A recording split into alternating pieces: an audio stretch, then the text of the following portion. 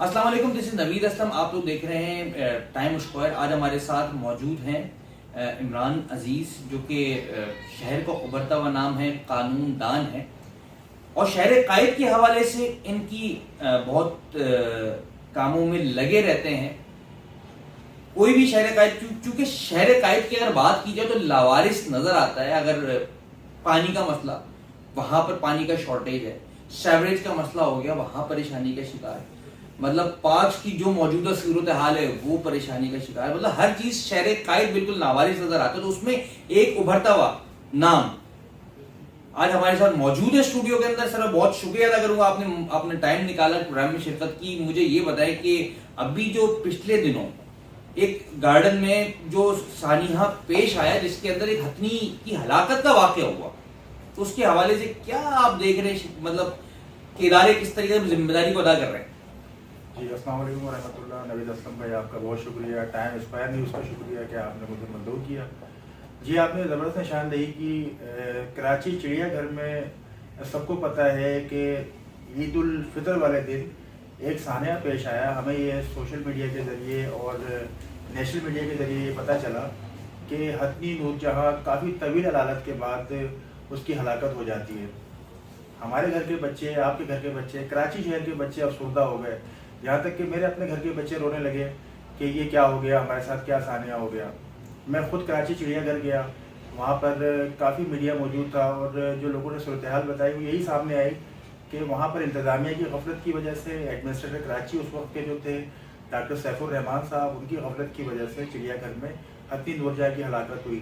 تو as a قانون دان، کراچی کا ذمہ دار شہری، میں نے کوشش کی اپنے طور پہ کہ ایس ایچ او تھانہ گارڈن کو ایک اپلیکیشن فائل کی کہ جتنے بھی اس کے اندر جو ذمہ داران ہیں ان کے خلاف ایف آئی آر کا اندراج کیا جائے.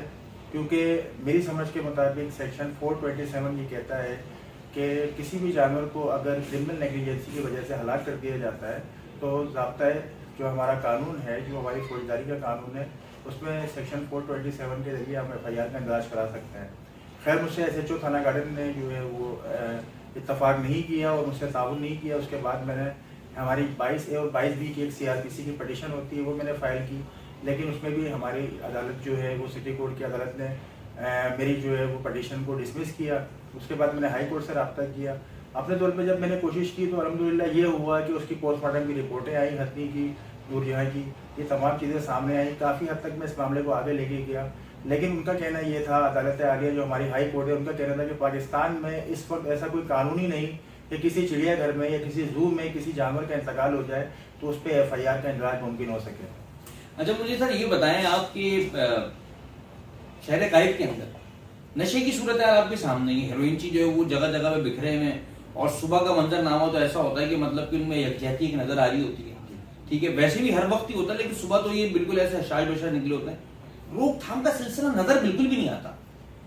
لیکن پہلے کے وقت میں اگر بات کروں تو سریے چوری ہوا کرتے تھے، چھوٹی چھوٹی چیزیں ہوا کرتی تھی. پھر اس کے بعد باقاعدہ گریلیں نکال کے شروع ہو گئی. جی ہاں. پھر بات یہاں پہ بھی نہیں ٹھہری، اور بھی آگے گئی ہے. تو آپ یہ بتائیں کہ آپ نے اس کے حوالے سے کیا کیا؟ روزانہ کی بنیاد پہ ہم بھی دیکھتے ہیں، آپ بھی دیکھتے ہیں، ہر کسی کے پاس موبائل فون موجود ہے.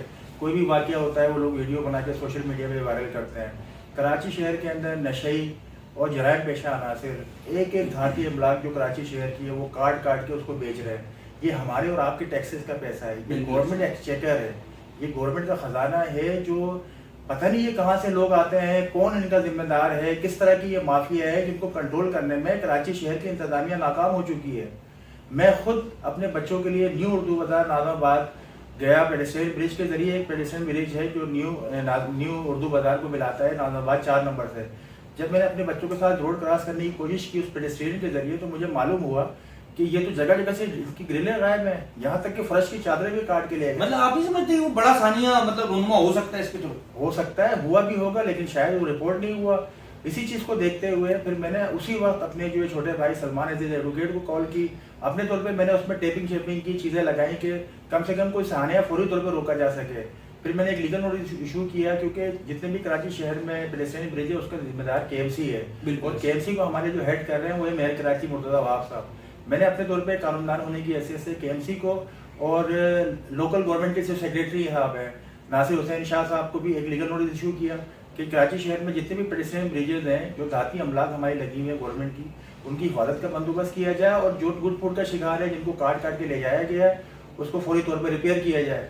لیکن مجھے یہ بتائیں آپ یہ اورنج ٹرین جو بھی اورنگی سے چلنے والی ہے تو آپ کو کیا لگتا ہے کہ اس اسٹاپ وغیرہ کیا کراچی شہر کے لیے، کیونکہ آپ سماجی ورکر بھی ہیں، تو کیا فروٹفل ہوگا یا؟ اصل میں خود میں کچھ جو ہے نا خود میرا تعلق اورنگی ٹاؤن سے ہے. اورنگی ٹاؤن میں بھی سماجی جو بھی کام ہے، کچھ سیاسی بھی میری وابستگیاں ہیں، وہ چیزیں میں کام کرتا رہتا ہوں. 11 ارب روپے کے بجٹ سے گورنمنٹ نے اورنج لائن سروس کا آغاز کیا. یہاں تک کہ انہوں نے 40 سے زیادہ بسیں جو ہے وہ پیر آباد پہ ایک سروس انہوں نے اسٹیشن بنایا ہے، پارکنگ اسٹیشن. وہاں پہ وہ گاڑیاں سمجھنے یہ ہے کہ ڈسپوز ہونے کی شکل ان کی بن گئی ہے، یعنی خراب ہو رہی ہیں. 40 گاڑیاں ان کی کھڑی ہوئی خراب ہو رہی ہیں. میرا کہنا یہ ہے کہ 4 روٹس کے آپ نے 4 اسٹاپ کا آپ نے ایک اورنج لائن سروس بنائی ہے. یا تو اس کو گرین لائن سے آپ ملا دیں، یا تو اس کو گرین لائن سے آپ ملا دیں، یا تو پھر اس کو روڈ پہ نکال دیں. جس طرح دوسری پیپل سروسز کی بسیں چل رہی ہیں اس کو روڈ پہ نکال کے سفورت تک یہ کراچی سٹی تک چلایا جائے، تاکہ کم سے کم جو راستے میں اور خاص طور پر اورنگی ٹاؤن کے طلبہ و طالبات ہیں ان کو فائدہ ہو جائے. اچھا مجھے یہ بتائیں شہر قائد کے اندر ایک اور چیز بڑی عام نظر آتی ہے، اکثر اوقات پانی کی جو میٹھے پانی کی لائنیں ٹوٹی ہوئی ہوتی ہیں، تو کیا ایسا کچھ لگتا ہے کہ یہ کیا جاتا ہے یا ہو جاتا ہے؟ لیکن کیونکہ میں بات کروں تو کراچی کے اندر شہری بوند بوند کو پانی کے ترس چکے بری طریقے سے.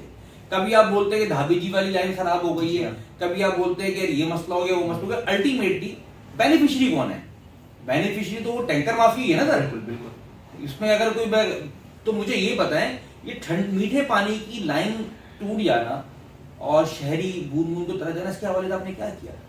بیسیکلی نوید بھائی بات یہ ہے کہ ایز اے قانون دان اور جتنے بھی وکلا ہیں وہ اس بات کو سمجھتے ہیں کہ ہم اپنی تمام چیزوں کو جو ہمارے انفرادی حقوق ہیں اور جو ہمارے فنڈامنٹل رائٹس ہیں ان کو ہم عدالت عالیہ یعنی ہائی کورٹ کے ذریعے حل کرا سکتے ہیں. اسی چیز کو جو ہے نا وہ رکھتے ہوئے جب میں نے یہ دیکھا کراچی شہر میں، جیسا کہ آپ نے بھی نشاندہی کی کہ یا تو اگر کہیں پہ پانی آتا ہے ہفتے میں ایک دفعہ یا 15 دن میں، تو جگہ جگہ پانی کی لائنیں ٹوٹی ہوئی ہیں اور وہ پورا علاقہ ایک سیلاب کا منظر پیش کرتا ہے. اور جہاں آپ دوسری طرف آ جاتے ہیں ڈیفینس کے ایریا، کلفٹن کے ایریا، تو وہاں پر پانی کی بوند بوند کو لوگ ترس رہے ہیں.